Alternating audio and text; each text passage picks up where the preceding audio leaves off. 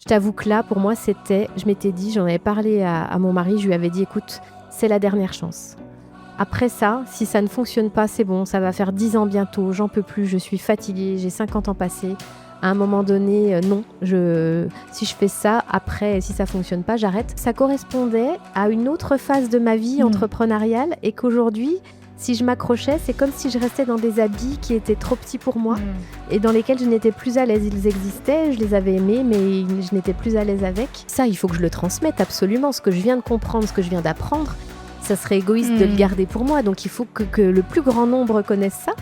Donc, c'est comme si à un moment donné, on ne peut plus faire marche arrière. Je ne sais pas si tu as déjà vécu ça aussi dans ta vie, où on ne peut plus faire marche arrière et on se dit, la seule voie possible, c'est celle-ci. Dans ce monde-là, l'authenticité, pour moi, est la valeur numéro 1. Et puis, moi, je me rappelle de nombreuses fois où j'ai écouté des personnes sur les réseaux sociaux et c'est leur côté justement vulnérable qui m'a attirée. Parce que plutôt que se dire, cette personne-là, elle fait tout bien, on la met un peu sur un piédestal, puis on se dit, je suis pas à la hauteur, au moins, quand on entend quelqu'un qui montre son côté fragile, on se dit, elle aussi, elle a ses failles. Aujourd'hui, on se retrouve pour une nouvelle interview du podcast et ça fait très longtemps qu'il n'y a pas eu d'interview sur le podcast. Et pour cette reprise, j'ai tenu à inviter une personne qui est très chère à mon cœur. Je vais vous présenter Alexia Gilbert qui nous vient de Vendée jusqu'à Besançon pour enregistrer cet épisode de podcast. Mais Besançon ne lui est pas inconnu. Pas du tout. Salut Alexia. Salut Alexandre, merci beaucoup. Ça va super bien, je suis ravie d'être là. Moi aussi, je suis tellement contente que tu sois là. On va avoir l'occasion d'expliquer aux auditeurs, aux auditrices pourquoi tu es là, comment c'est connu, etc.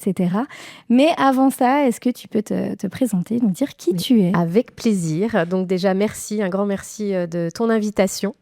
Donc moi, je suis Alexia Gilbert, j'ai 53 ans à l'heure où je te parle.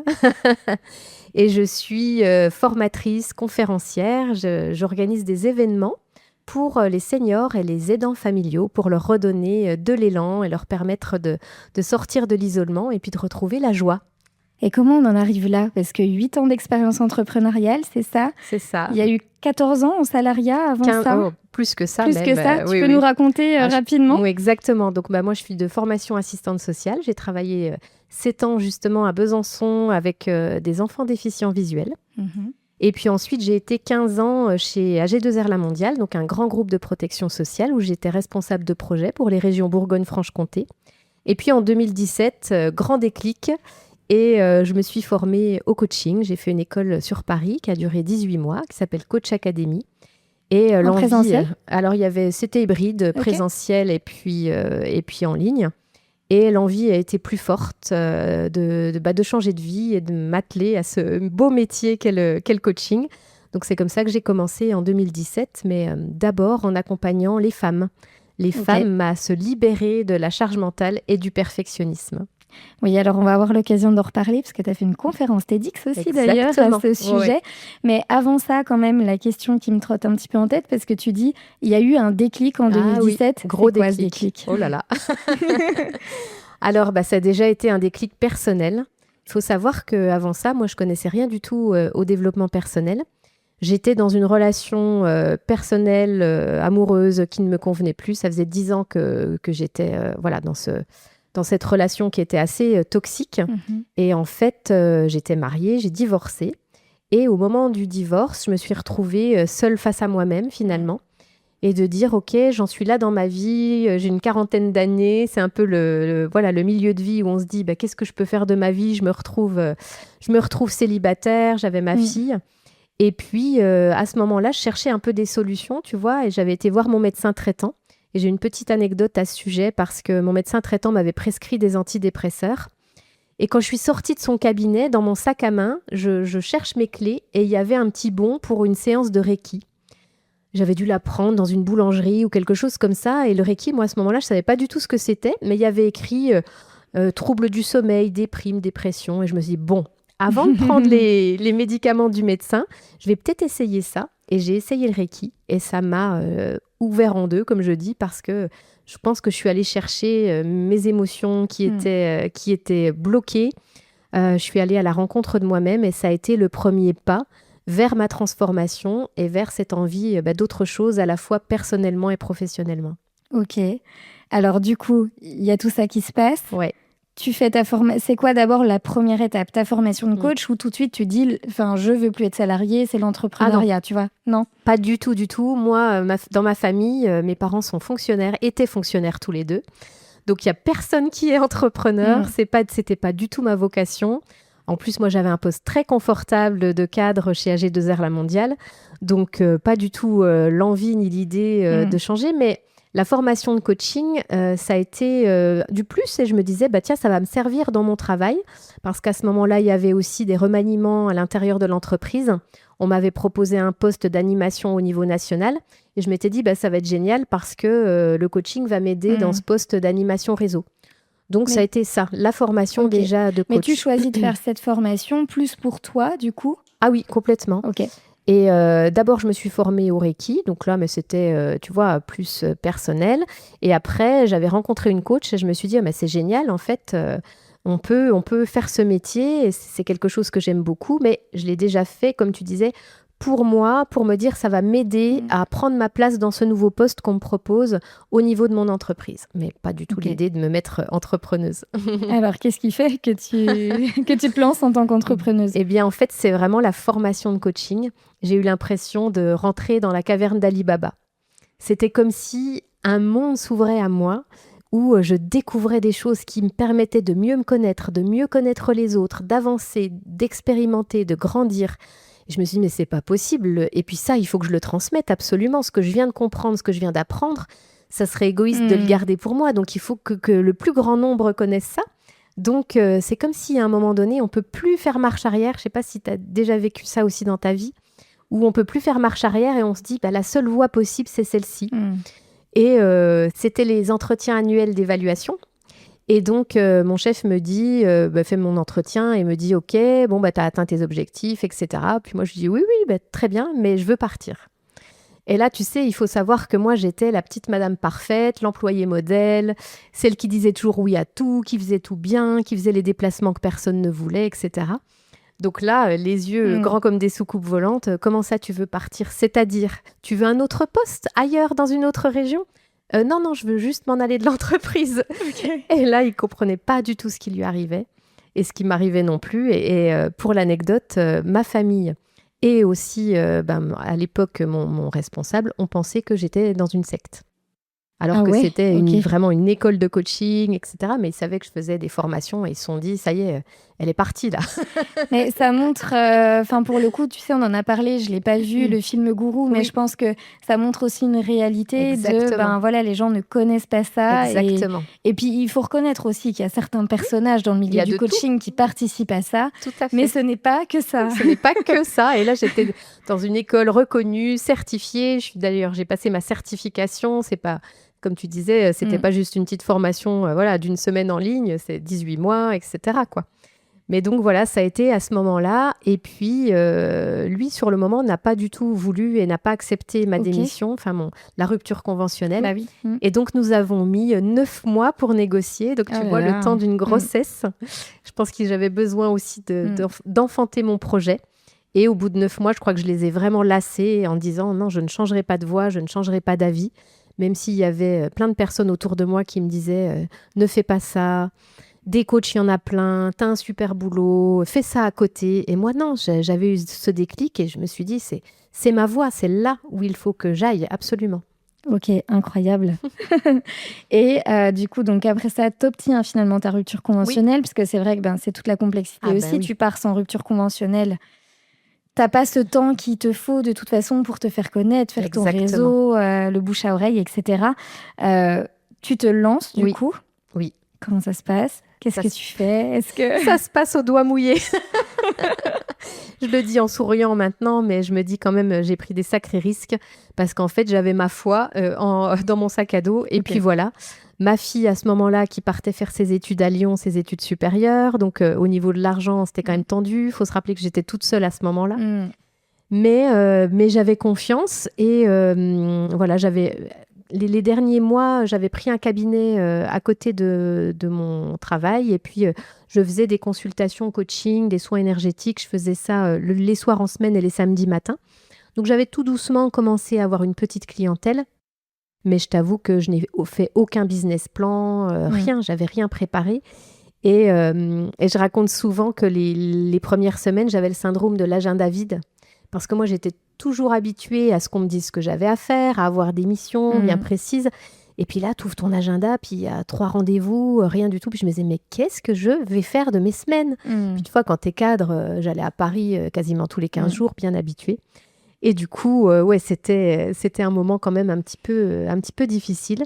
Mais j'y croyais. Et puis, tu vois, ça s'est fait. Mais il faut du temps, hein. Il faut du temps. Ok. L'issue, c'est en quelle année, du coup, tu te lances ? 2017, septembre 2017. Ouais. Ok. Ouais. Moi, j'ai en tête l'échéance du TEDx en 2022. Ouais, c'est Entre ça. 2017 et 2022, il se passe quoi ? Est-ce que tu écris un livre aussi ? Il se passe plein de choses. Bah ouais. C'est vrai que du coup, j'avais plein d'idées. Je suis quelqu'un de très créative. Donc moi, je décide d'accompagner les femmes parce que ce que j'avais vécu, comme je l'ai dit, j'avais envie de le transmettre. Et moi, j'étais quelqu'un auparavant de dépendante affective. Et donc, je m'étais dit, je veux vraiment accompagner les femmes à se libérer de cette dépendance affective, à se libérer de la charge mentale et surtout du perfectionnisme, parce que moi, j'étais une madame parfaite qui voulait que tout soit toujours nickel et ça m'empêchait de grandir, ça m'empêchait d'évoluer, de faire ce que j'avais envie de faire. Puis alors, en tant qu'entrepreneur, c'est un vrai problème aussi. C'est un vrai problème. La perfection n'existe pas, mais sauf que quand on attend d'avoir tout pour se lancer, finalement, on ne fait rien. Donc, je fais plutôt des accompagnements individuels à ce moment-là pour des femmes qui deviennent petit à petit des programmes, tu vois. Je fais des ateliers en ligne, je fais des conférences en présentiel. Je me lance même toute seule pour ma première conférence. Donc, j'avais loué une salle, là, pas très loin d'ici. Et puis, j'avais fait ma première conférence et avec un track monstrueux. Et ensuite, j'ai eu l'idée de créer un jeu de cartes qui s'appelle « De Madame Parfaite à Parfaitement Moi » et qui permet de manière ludique justement d'aborder cette thématique du perfectionnisme et de lâcher prise par des petites actions concrètes du quotidien. Ensuite, j'ai écrit un livre sur le syndrome du jumeau perdu parce que là aussi, c'est une autre histoire. On va peut-être pas rentrer dans tous les détails, mais quelque chose que j'ai vécu, donc j'ai voulu transmettre mon expérience. Et puis la joie d'avoir été choisie pour une conférence TEDx qui était pour moi un rêve. C'est quelque chose que j'avais depuis toujours envie de faire parce que depuis que j'avais connu le développement personnel, je regardais beaucoup de conférences TEDx et je m'étais dit un jour j'en ferai une, mais avec un petit truc dans la tête qui disait est-ce que ça sera possible ? Est-ce que tu arriveras à monter sur cette scène incroyable ? Et qui fait tellement peur. Qui fait tellement peur, t'en sais quelque chose aussi. Oui. Et puis finalement, ça s'est fait. Voilà, 2022, le TEDx. Et c'était un peu j'avoue que le livre et le TEDx, pour moi, c'était un peu la consécration. Ouais. J'aime lire depuis que je suis enfant. Et pour moi, les auteurs, avoir un livre, avoir ton livre dans un magasin, dans une librairie, c'est le nec plus ultra. Donc, quelque part, je peux dire que vraiment, il y a 2 projets, 2 rêves qui me tenaient à cœur et que j'ai réalisés. Ok, donc des très beaux accomplissements. Oui. Je crois qu'après ça, je ne sais pas si dans le timing, c'est tout de suite derrière, mais du coup, il y a 3-4 années compliquées. Très compliquées, mais on peut en parler parce que, en plus, ça part d'une belle idée. C'est-à-dire que moi, j'ai toujours vécu en Franche-Comté. Et puis, avec mon nouveau chéri, du coup, nous avons un projet commun. Et en 2022, on décide que, suite à des vacances au bord de l'océan, qu'on aime vraiment être là-bas, qu'on aime l'énergie de l'océan. Et on décide de tout quitter, de vendre notre maison et de partir vivre près de l'océan. C'est vraiment un projet de couple, donc plutôt une belle idée, tu vois. Quelque chose qui nous tient à cœur. Donc, on vend notre maison, on organise tout, notre départ, etc. Et là, on est parti en octobre 2022. Et à partir de là, pendant 3 ans, on a enchaîné les galères. Okay. Mais les galères à tout niveau. On a fait des gros travaux dans la maison qu'on avait achetée parce qu'on avait l'idée de créer des gîtes, ce qu'on a fait. Mais déjà, beaucoup de surprises au niveau des travaux, les matériaux qui avaient fortement augmenté au niveau des tarifs suite au Covid, des surprises dans la maison, comme on a souvent quand on fait des travaux. C'est sujet d'immobilier. Voilà, on va pas trop rentrer là-dedans. Mais... moi, je commence en janvier 2023 à avoir fortement mal au dos. Sauf que arrivé en Vendée, pas de médecin traitant, je connais rien, je connais personne, un peu le désert médical, donc je traîne jusqu'en juin. Et au mois de juin, j'en suis arrivée où je ne pouvais plus marcher, plus m'asseoir. Donc imagine, même être comme ça, je ne pouvais pas. Donc faire mes séances en visio, impossible. J'ai dû stopper mon activité et j'ai été opérée du dos en juin 2023. Ok. Sauf que moi, je pensais innocemment que j'allais être opérée du dos. C'était une hernie discale, qu'après tout allait bien. Terminé. Et en fait, non, la rééducation a duré quelques mois. Donc j'ai eu toute mon année 2023 qui était quasiment en off. Et sachant qu'on a fait face à la solitude, puisqu'on avait laissé famille, amis à Besançon et que là, on était vraiment seuls. Donc, début 2024, dans la chronologie, je me dis, allez, ça y est, cette fois, c'est reparti, on relance l'activité. Et là... Je te coupe avant je ça. je t'en prie. Pendant toute cette période-là, du coup, parce que c'est un sujet dont je veux de plus en plus parler aussi, de comment ça se passe pour un entrepreneur quand on doit s'arrêter. J'ai parlé de mon cas. Pour le coup, j'ai la chance d'être indemnisée, même si vraiment, c'est pas ça qui nous fait vivre. Comment ça se passe pour toi? Est-ce que tu as cotisé assez? Tu es en micro à ce moment-là? Je suis en micro, je n'ai aucune assurance à côté. Et donc, j'ai eu une indemnisation, pas de prévoyance. Ça, je le dis pour tous les auditeurs et les auditrices qui nous écoutent, c'est un indispensable. Vaut mieux payer 20 € par mois pour avoir une prévoyance et qu'elle soit jamais activée. Exactement. Mais le jour où vous avez un problème, et ça peut être un problème comme ça peut être un problème psychique, ça peut être vous faites renverser par une voiture. Il peut se passer tellement de choses que s'il y a bien une chose sur laquelle il faut pas négocier, c'est ça. Et à l'époque, j'étais pas là-dedans. Et j'ai eu en gros 10 jours le temps de mon hospitalisation, 10 jours d'indemnisation et c'est tout. Ok. Donc, faire face aussi à ça, aux problèmes financiers. Sachant que mon mari, à l'époque, lui aussi était entrepreneur, une entreprise qui démarrait plutôt dans le domaine agroalimentaire. Donc, très compliqué de se rémunérer. Et 2024, donc moi, je suis assez positive. Donc, je me dis en janvier, c'est bon, allez, c'est parti, les gîtes vont bien fonctionner. Moi, j'ai repris ma santé. Et là, on m'annonce un pré-cancer du col de l'utérus. Je souris, mais vraiment, c'était vraiment difficile. Donc, j'ai été à nouveau opérée. Ok. Donc, ça, c'était le premier trimestre, donc à nouveau en off. Et j'ai dû reprendre un premier petit contrat salarié. J'ai travaillé dans une micro-crèche, quelque chose que je n'avais jamais fait. Alors, l'ego, il en prend un bon coup. Là, si on parle de nos difficultés, des moments de galère, je dénigre pas du tout, mais c'est quelque chose que je n'avais jamais fait. C'est un métier difficile. Et puis voilà, quand on se retrouve quand même, on est avant cadre dans une grande entreprise, conférencière. C'est toujours la question de le choisir versus le subir, quoi. Exactement. Alors j'ai eu des collègues super, c'était chouette, mais puis ça m'a permis de faire face quand même aux financiers. Il faut bien trouver des solutions, quoi. Ouais, à nouveau 2024, vraiment difficile. Donc on a passé l'année tant bien que mal. Et puis en 2025, du coup, j'ai dit allez, encore une nouvelle année, c'est bon. Encore une nouvelle année. Cette fois-ci, c'est bon. Je connais tellement ce sentiment de à chaque fois qu'il y a une année qui arrive, on se dit c'est bon. Et puis quand entre janvier et février, ça commence à être compliqué, tu dis bon, super, comment on va tenir cette année? Mais là, j'ai fait autrement. J'ai dit plutôt que de subir, comme tu dis.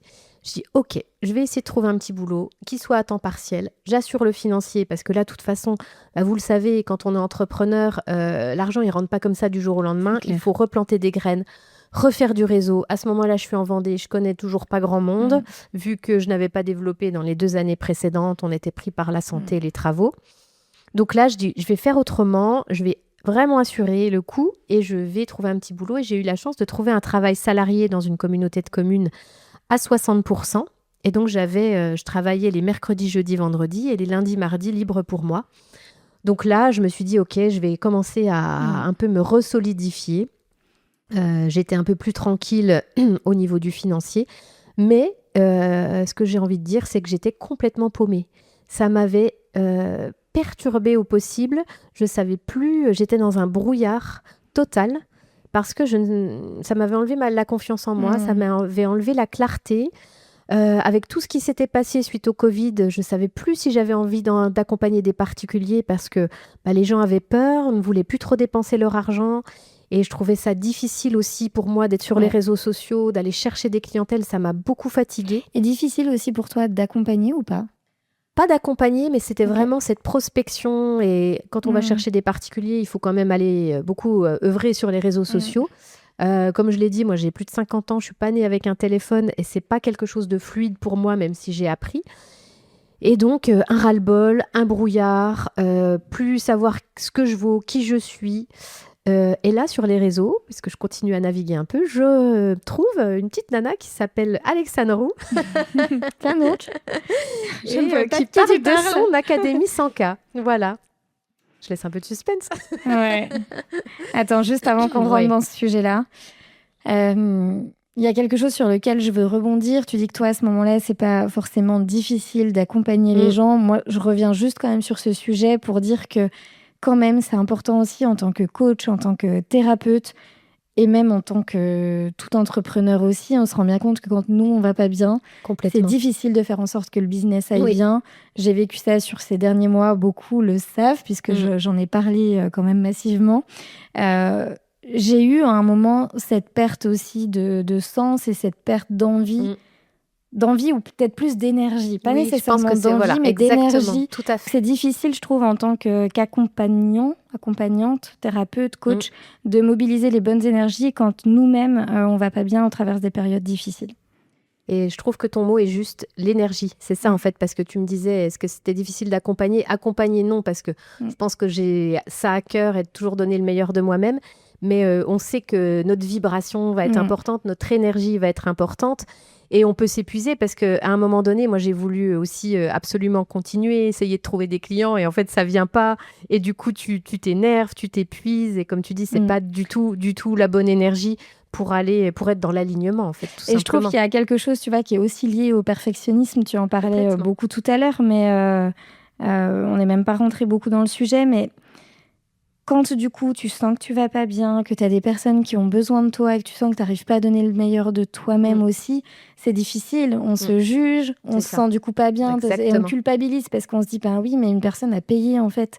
Et moi, j'arrive pas à lui donner tout ce que je dois lui donner. Enfin, c'est des étapes qui peuvent être difficiles. C'est pas évident. Et je trouve qu'on n'en parle pas et qu'encore une fois, on dramatise, oui, on fait du drama autour du métier de coach. Et encore une fois, le film Gourou en est un exemple. Oui. Mais il faut voir ce que ça représente aussi. C'est pas évident de vouloir donner de sa personne pour aider des gens à aller mieux, à trouver des solutions, etc. Donc, je pense que c'est important d'en parler. Oui, tout à fait. Et puis, il faut dire, enfin, c'est ça que j'aime aussi dans ce que tu proposes, dans ton discours, dans tes podcasts, c'est justement de montrer l'autre côté, l'autre face, c'est celle qui n'est pas toujours reluisante.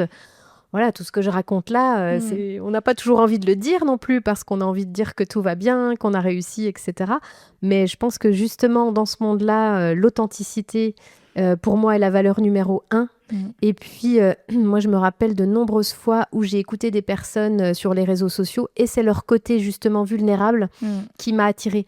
Parce que plutôt que se dire, cette personne-là, elle fait tout bien, on la met un peu sur un piédestal, puis on se dit, je suis pas à la hauteur, au moins, quand on entend quelqu'un qui montre son côté fragile, on se dit, elle aussi, elle a ses failles. Et je pense que c'est ça qui peut mais parce que tout le monde a ses failles aussi. Enfin, je veux dire, c'est utopique de croire que la réussite, c'est un chemin tout droit, tout lisse et qu'il se passe rien. C'est juste qu'avec, je pense aussi, l'arrivée des réseaux sociaux, c'est ça. Les gens n'ont montré qu'une partie d'eux-mêmes et c'est normal, on a envie de montrer ce qui va bien, pas ce qui va pas. Et du coup, on s'est mis de façon inconsciente aussi à croire que c'était leur réalité, alors que ce n'est qu'une partie de leur réalité. Et pour rebondir sur ce que tu dis, quand j'ai décidé de vraiment reprendre un travail salarié en 2025, une de mes anciennes coachs, elle-même avait arrêté son entreprise et avait expliqué sur les réseaux sociaux qu'elle avait pris la décision d'être salariée.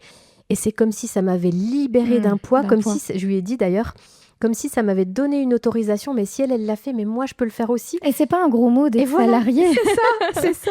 C'est incroyable, je l'ai dit souvent, ça je dis, quand on est propriétaire et qu'on redevient locataire, c'est comme si c'était un gros mot.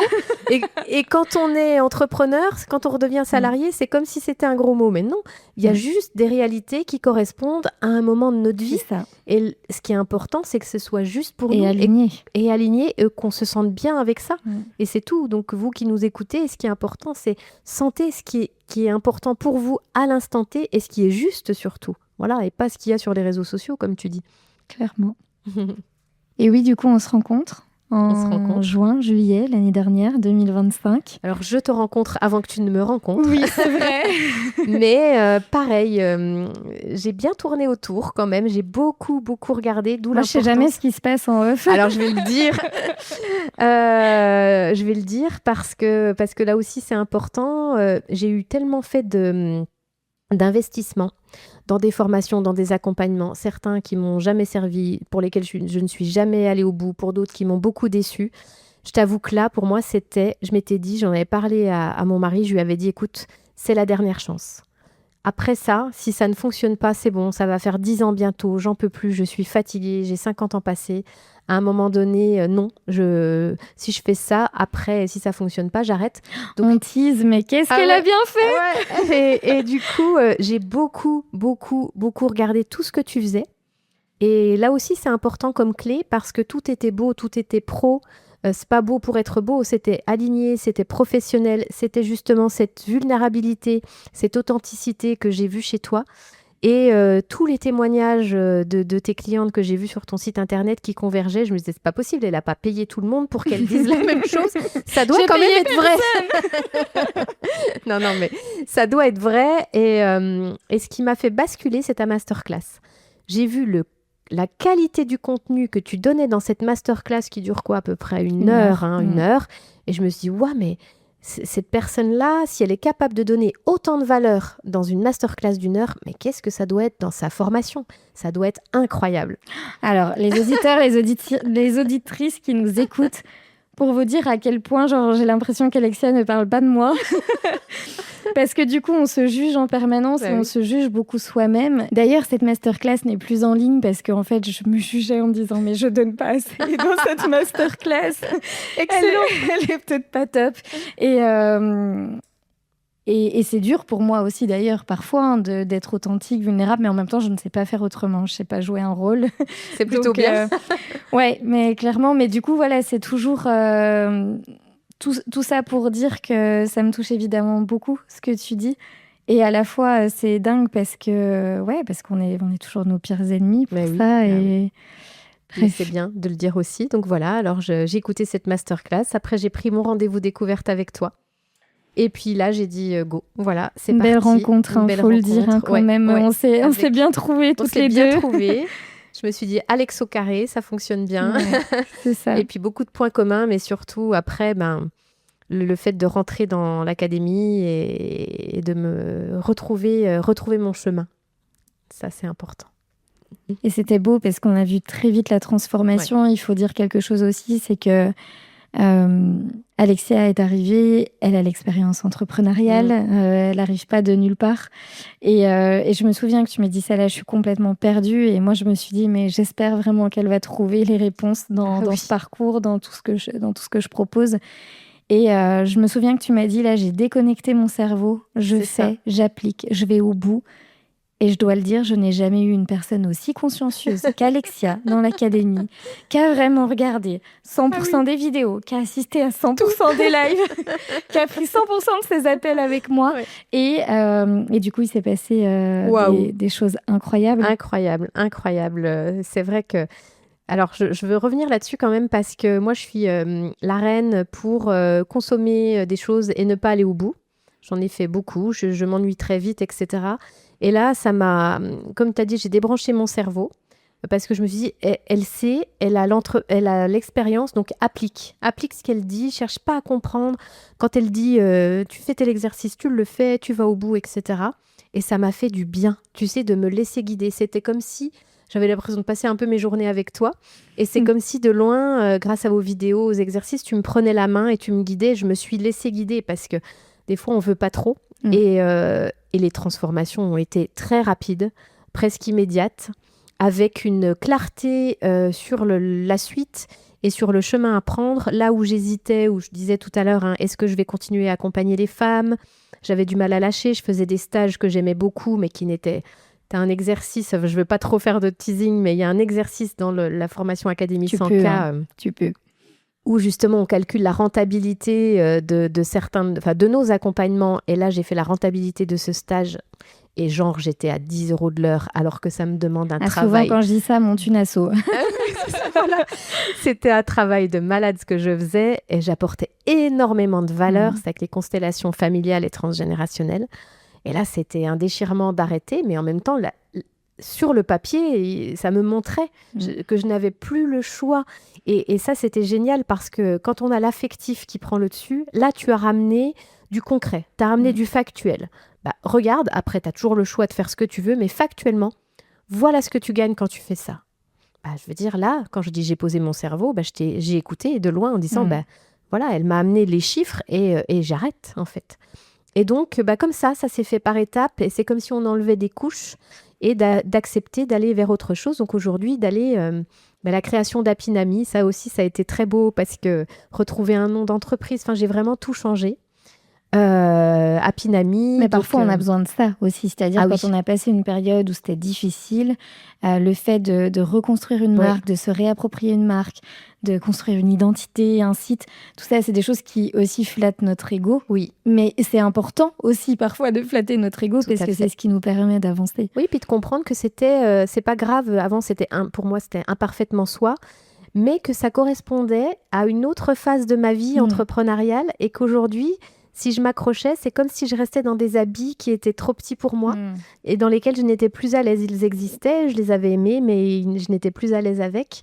Et donc, d'aller vers autre chose, mais je ne savais encore pas quoi. Et vraiment, grâce à ce que tu proposes dans l'Académie 100K, ça s'est fait rapidement, ça s'est fait d'une manière très claire. Et après, tout s'est enchaîné parce qu'on a continué à travailler ensemble. Et vraiment, Charlie et toi, vous m'avez accompagnée sur mon identité, ma nouvelle identité visuelle. Oui, alors, du coup, pour la petite histoire, du coup, effectivement, on a aussi l'agence, en plus de l'Académie 100K. Et du coup, là, on a fait un méga combo puisqu'on est allé vraiment au bout dans tout ce qu'on réalisait ensemble. Oui, mais c'était super parce que ce qui m'a libéré l'esprit, c'est de ne pas avoir à tout réexpliquer. Ça, c'est hyper fatigant quand on a plusieurs prestataires. Moi, j'ai été une époque de ma vie entrepreneuriale où j'avais plusieurs prestataires qui ne communiquaient pas forcément les uns avec les autres et ça m'a énormément pris de bande passante, ça m'a énormément fatiguée. Et là, j'avais même pas besoin de réexpliquer, tu savais. Et toute mon identité visuelle, graphique, mon logo, c'était comme si c'était évident que c'était moi.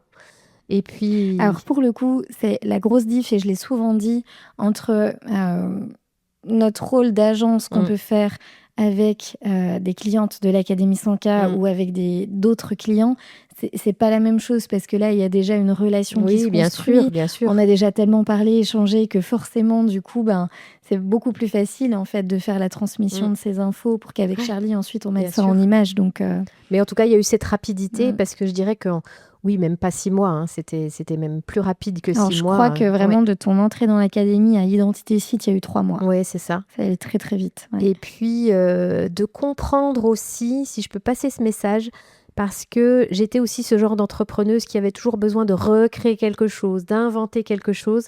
Et là, ça m'a fait switcher. J'ai compris que c'était pas grave, je pouvais être créative dans la voie que j'avais choisie, mais pas réinventer toujours des accompagnements, toujours réinventer parce que mes clientes étaient complètement perdues. J'avais toujours quelque chose de nouveau. Donc, pour moi, c'était génial parce que j'aimais bien, mais sauf que pour l'extérieur, de comprendre puis quand on donne trop de choix, exactement, on cristallise la personne en face qui n'arrive plus à savoir exactement ce que tu fais et si elle fait telle ou telle chose. Et là, je suis sur la thématique des aidants et des seniors. Je propose des conférences et des ateliers. C'est très simple. Mais du coup, je n'ai jamais eu autant de résultats. Enfin, là...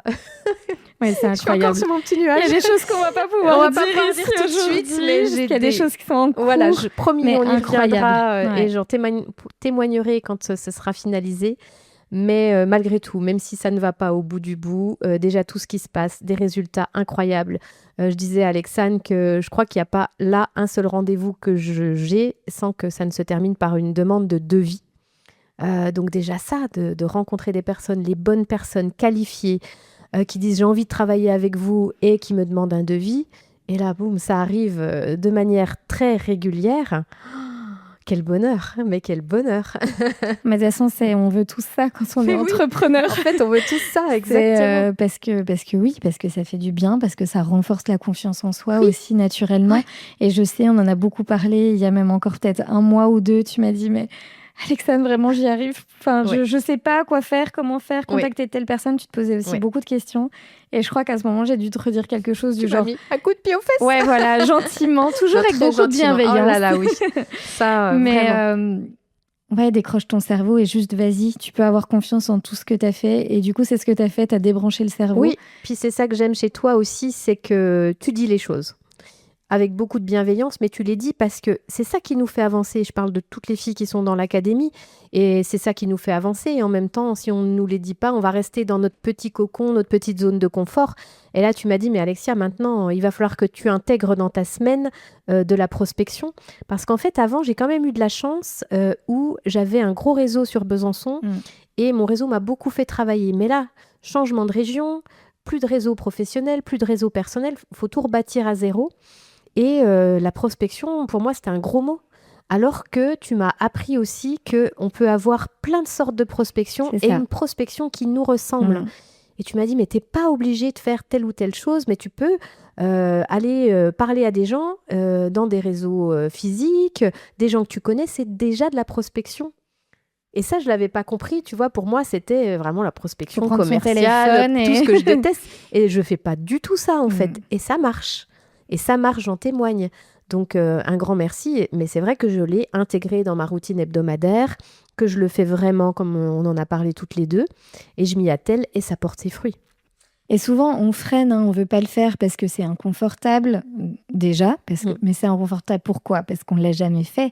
Mais quand on le teste et quand on voit les résultats, ça devient plus inconfortable. Exactement, mais au contraire. Oh, chouette. Bah oui, et puis j'ai compris que ça pouvait être sympa. Facile, agréable. Et ça peut aller vite aussi. Et que ça peut aller vite. Et que les gens, en tout cas moi je suis plutôt sur LinkedIn vu la configuration de mon entreprise actuelle, ils sont bienveillants. Ouais. La majorité sont bienveillants, sinon ils répondent pas.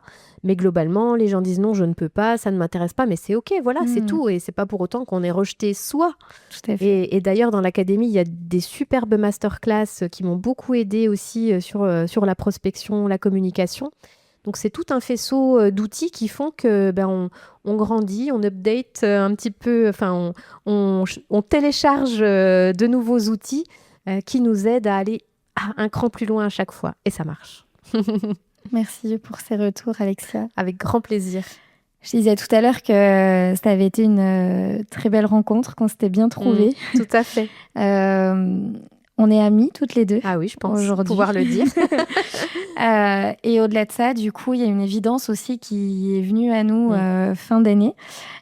Pour celles et ceux qui ont déjà écouté l'épisode de podcast précédent, vous savez que j'ai vécu une année 2025 et particulièrement une fin d'année très difficile, qu'avec l'annonce de la démolition de ma maison, etc., voilà, j'étais ailleurs. J'ai explosé en plein vol. Et à un moment, j'arrivais plus en fait à gérer l'Académie 100K parce que j'étais toute seule à porter l'Académie 100K.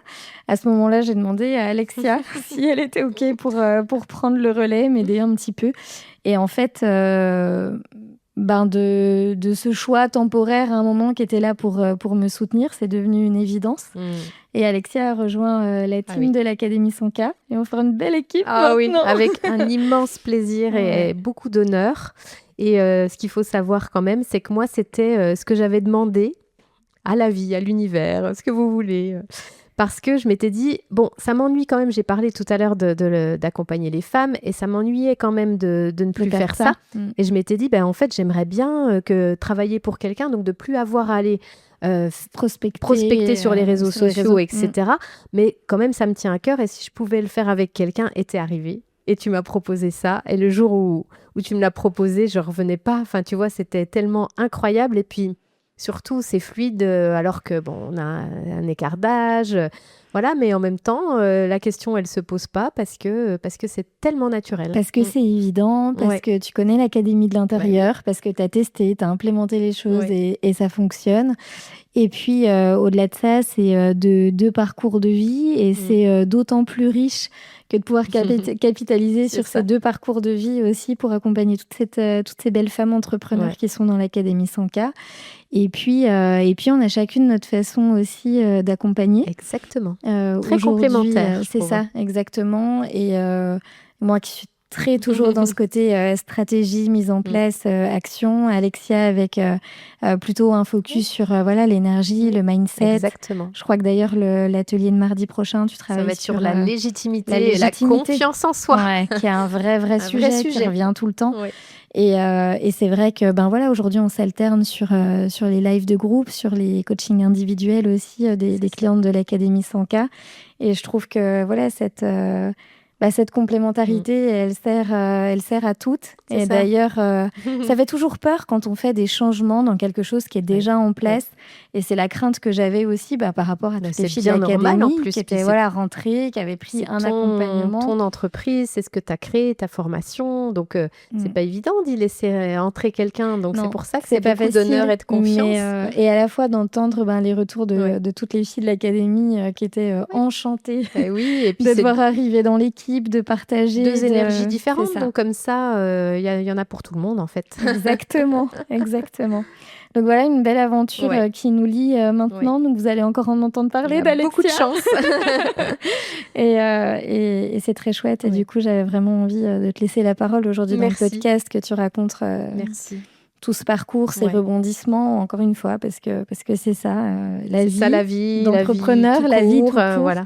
On aurait pu parler 2 heures si on avait voulu, mais on vous a déjà donné pas mal d'éléments et de détails, mais c'est chouette de pouvoir... Il faut qu'on en garde un peu pour nos clientes aussi. Et c'est beau de pouvoir raconter nos parcours, en fait, parce que je sais que c'est ça qui est inspirant et qui va permettre à des personnes qui vont nous écouter de se faire confiance, peut-être de se lancer, peut-être d'avoir un déclic, ou même de faire un choix, parce qu'on a beaucoup parlé là du salariat aussi, peut-être faire le choix d'arrêter en conscience et que ce soit OK. Enfin voilà, je pense que tout ça, c'est important, ce qu'on partage. Il faut toujours suivre ses intuitions de toute façon aussi. C'est quelque chose que j'ai beaucoup appris ces derniers temps, mais c'est fondamental. Oui. Rien n'arrive par hasard et tout nous emmène au bon endroit. Regarde, on est au bon endroit.